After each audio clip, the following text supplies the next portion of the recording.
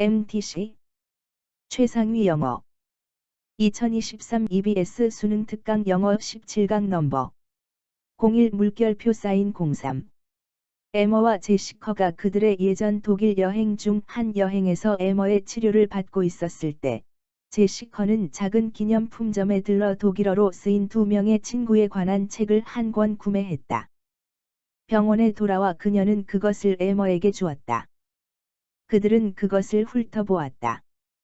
그들 중 누구도 독일어 낱말 하나도 이해하지 못했지만 그들은 그것의 요지를 파악했는데 그것은 두 여성과 그들의 우정의 여정에 관한 것이었다. 에머는 제시커를 돌아보며 있잖아. 너도 우리에 관한 이런 책을 써야 해라고 말했다. 그 제안을 들은 뒤 그때 제시커는 그것에 대해 그다지 더 많이 생각해 보지 않았다. 그러나 그녀는 그것을 절대 잊지 않았다. 책을 쓸 기회가 실제로 주어졌을 때 제시커는 그것에 대해 오랫동안 매우 골똘히 생각해 보아야만 했다. 그녀와 에머가 이 여정을 함께해 온 지난 2년이 넘는 기간 동안 그녀는 자신의 친구를 어미 사자가 자기 새끼를 보호하는 것처럼 보호했었다. 우리의 많은 사적인 순간들을 이야기함으로써 나는 옳은 일을 하는 것일까? 그녀는 생각했다. 에머의 건강이 악화되었고 제시커는 더 이상 그녀의 조언을 구할 수 없었다. 그래서 그녀는 자신의 친구인 라이언에게 그의 조언을 구했다. 라이언은 긍정적이었고 힘을 주었다. 넌 그것을 해야 해. 그는 단호하게 말했다. 그건 그녀에게 멋진 선물이 될 거야. 그는 매우 큰 안도감을 주었으며 그것은 제시커가 결심하는 데 도움이 되었다. 그녀는 자신의 결정에 마음이 편안했다. 그 책은 그녀가 마음속에 그린 대로 에머를 명예롭게 할 것이었다. 제시커는 자신의 책을 에머가 자랑스러워하리라는 것을 알고 있었다. 그녀의 꿈은 책이 출간될 때쯤이면 에머가 호전되어 자신이 그녀에게 그 책의 첫 번째 인쇄본을 줄 수 있는 것이었다. 슬프게도 그런 일은 일어나지 않았으며 제시커의 소원은 실현되지 않았다. 그녀는 기도하며 신께 옳은 것에 대한 가장 높은 통찰력을 달라고 간청했다. 그녀가 얻은 것은 자신의 책이 자신의 눈을 통해서 에머의 대단한 용기와 정신을 이야기할 다른 이들에게 주는 선물이라는 것이었다. 그녀는 자신이 어쩌면 병과 싸우고 있는 사람들뿐만 아니라 그들과 함께 길을 걷고 있는 그 사랑하는 이들과 친구들에게도 얼마간의 지지와 격려를 줄 수 있기를 바랐다. 2023 EBS 수능 특강 영어 17강 넘버 04 물결표 사인 06 1963년 이러스토 므펜버는 탄자니아의 남학생이었다. 그와 친구들은 학교에서 아이스크림 만드는 것을 좋아했다. 그들은 우유를 끓여 설탕을 첨가하고 그 혼합 재료를 식히고 나서 냉동고에 넣곤 했다. 냉동고는 공간이 결코 충분하지 않아서 남자아이들은 냉동고의 공간을 확보하기 위해 빠르게 작업했다. 어느 날 이러스토는 냉동고가 빠르게 채워지고 있는 것을 보고 먼저 식히지 않고 자기 아이스크림을 집어넣었다. 그가 나중에 돌아왔을 때 그의 아이스크림은 완성되어 있었으나 더 차가운 아이스크림 혼합 재료를 동시에 넣었던 다른 아이의 것은 여전히 걸쭉한 액체였다. 이러스토는 과학 선생님께 어떻게 이럴 수 있는지 물었는데 선생님은 내가 혼동한 것이냐? 그런 일은 일어날 수 없어라고 답하셨다. 몇 년 후 이러스토는 고등학교 물리 시간에 열에 관해 공부하고 있었다. 이러스토는 선생님께 자신의 뜨거운 아이스크림 혼합 재료가 어떻게 더 차가운 것보다 먼저 얼 수 있었는지 질문했다. 선생님은 이러스토가 혼동한 것이라고 말했다. 이러스토가 자신이 혼동하지 않았다고 주장하자 선생님께서 말씀하셨다. 글쎄, 내가 말할 수 있는 것은 그건 므펜버의 물리학이지 일반적인 물리학은 아니라는 것뿐이다. 그때부터 이러스토가 실수할 때마다 친구들이 말하곤 했다. 그건 므펜버의 물리학이지. 하지만 이러스토는 뜨거운 물과 차가운 물을 얼리는 실험을 시작했다. 나중에 대학 교수인 데니스 알즈보언 박사가 그 학교를 방문했고 이러스토는 그에게 자신의 실험에 대해 말하고 다시 한번 자신의 의문을 질문했다. 그 교수는 이러스토가 잘못 알고 있는 것으로 생각했지만 그는 그 학생들에게 사물의 의문을 품도록 격려하고 싶었다. 그래서 그는 이러스토에게 주어진 바대로라면 그 사실은 내가 알고 있는 물리학과 모순되는 것처럼 보여 놀랍구나라고 말했다.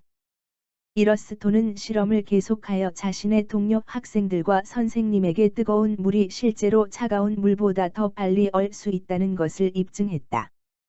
데니스 또한 여러 차례 그 실험을 해보았는데 유사한 결과를 얻었다. 이러스토 므펜버와 데니스 알즈보어는 그 특이한 결과에 관한 논문을 발표했고 어떻게 이런 일이 있을 수 있는지 몇 가지 이유를 제시했다. 이러스토 므펜버는 모든 사람이 일어나리라 예상하는 것 대신 자신이 실제로 일어나는 것을 본 것을 믿었다. 오늘날 아주 뜨거운 물이 더 차가운 물보다 먼저 어는 그 특이한 효과는 불가능을 답으로 받아들이지 않으려 했던 그 어린 학생의 이름을 따서 지어졌는데 므펜바 효과라고 한다. 2023 EBS 수능 특강 영어 17강 넘버 07 물결표 사인 공고. 그날은 여느 때와 같이 시작되었다. 리베커 힐이 영국 웨스트 서식스에서 세 아이들을 학교로 걸어서 데려다 주고 있었을 때 그들은 다람쥐 한 마리와 우연히 마주쳤는데 그것은 그들의 동네에서 보기 드문 일이 아니었다. 하지만 특이한 점은 그 다람쥐가 태어난 지 며칠 되지 않은 것처럼 보였으며 그것은 분명히 얼마 동안 아무것도 먹지 않았다는 사실이었다. 다시 말해서 그 새끼 다람쥐는 바로 즉시 죽을 위험에 처한 것으로 보였다.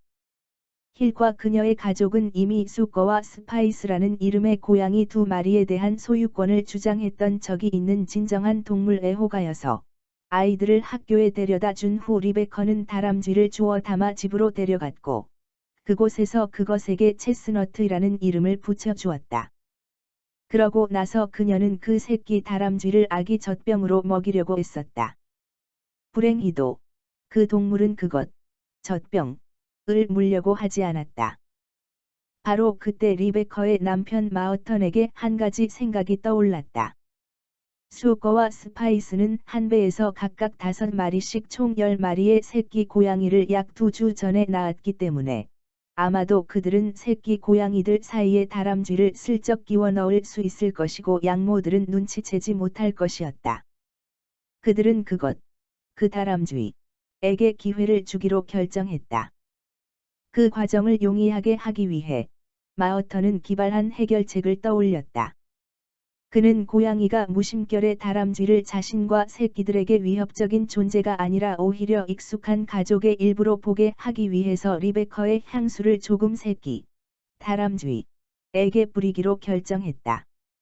그는 어느 시점 이후 고양이들의 모성 본능이 발동하여 두 어미 모두 다람쥐를 그저 또 다른 새끼 고양이들 중 한 마리로 볼 것이라고 생각했다. 다람쥐를 향수로 적신 후 그들은 체스너트를 새끼 고양이들 사이에 넣고 지켜보며 기다렸다. 저는 그들이 그에게 등을 돌릴까봐 걱정했지만 두어 시간 그들을 지켜보니 체스너트이 행복하게 젖을 밟고 있었습니다라고 마어턴이 말했다. 며칠 지나지 않아 수거와 스파이스 모두 체스너트이 마치 한 배의 새끼 중 한 마리인 듯 젖을 먹이고 털을 손질해주고 있었다. 저는 체스너트이 자기가 고양이라고 생각하고 고양이들도 역시 그렇게 생각한다고 확신해요라고 마어턴은 덧붙였다. 비닐봉지에 담겨 버려진 후에 제가 그 두 고양이를 발견했는데 그래서 아마도 고양이들은 버려진다는 게 어떤 것인지 알고 있기 때문에 체스너트를 돌보는 것일 테지요. 2023 EBS 수능 특강 영어 17강 넘버 10 물결표 사인 12. 배가 물 위에서만 전쟁할 수 있고 대포는 포탄이나 포환만 발사할 수 있다고 생각하는 것은 분명히 사실이 아니다. 남북 전쟁이 끝나고 겨우 몇 년 후에 미국의 포함 어라퀴는 혁명을 두려워한 칠레 정부의 요청에 따라 칠레의 연근해에 있는 어칸케이코 고주로 파견되었다.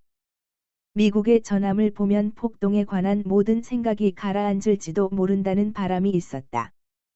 틀린 생각이었다. 1년이 넘는 기간 동안 그것은 연근해를 순찰했는데 불안의 소란은 육지에서 계속되었다. 이 임무를 마치고 엘리그젠더 함장과 그의 부대원들이 미국 정부의 명령을 따라 고국으로 돌아갈 준비를 하고 있을 바로 그때 지진이 일어났고 바로 뒤이어 해일이 일어났다. 어라퀴는 파도에 실려 2마일이 넘게 내륙으로 옮겨진 후 칠레 땅에 인정사정 없이 버려졌다. 부대원들에게는 다행스럽게도 그것은 바닥이 평평했고 땅 표면에 뒤집히지 않고 똑바로 내려앉았다. 아무도 죽지 않았다. 그들 주위에는 온통 자초된 다른 목선들의 잔해뿐이었다. 이것들은 곧 약탈자들, 즉 손댈 수 있는 것은 무엇이든 훔치려 드는 사람들의 주목을 끌었고 그들은 그것 또한 관심 있게 쳐다보았다. 공격이 두려웠던 엘리그젠더 함장은 그 약탈자들을 저지할 방법을 찾아야 했다. 그는 무장하지 않은 약탈자들에게 발포하기를 거렸지만 그들이 모여 배에 오를 준비가 되어 있을 때 그는 자신이 무언가를 해야만 한다는 것을 알았고 그래서 대포의 발포를 명령했다. 이것은 또 다른 문제를 일으켰다. 많은 화약을 가지고 있음에도 불구하고 그 부대원들은 손상된 배 안에 있는 탄약에 다다를 수가 없었는데 그것이 갑판 아래 어딘가에 묻혀 있었기 때문이었다. 해결책은 놀라운 것이었는데 그 배의 조리실에 저장된 크고 둥근 치즈를 발사하는 것이었다. 이것들은 빠르게 화약과 함께 대포에 장전되었고 발사 준비가 되었다. 이윽고 포한 크기의 치즈가 그 약탈자들 속으로 날아가고 있었고 결국 그들이 흩어져 도망치게 했다. 어라퀴는 부서졌지만 완전히 망가진 것은 아니었다. 그것은 이후에 작전 중 실종된 것으로 공식적으로 기록되었고 다시는 출항하지 못했지만 얼마나 멋진 퇴장인가? MTC 최상위 영어 코드 자브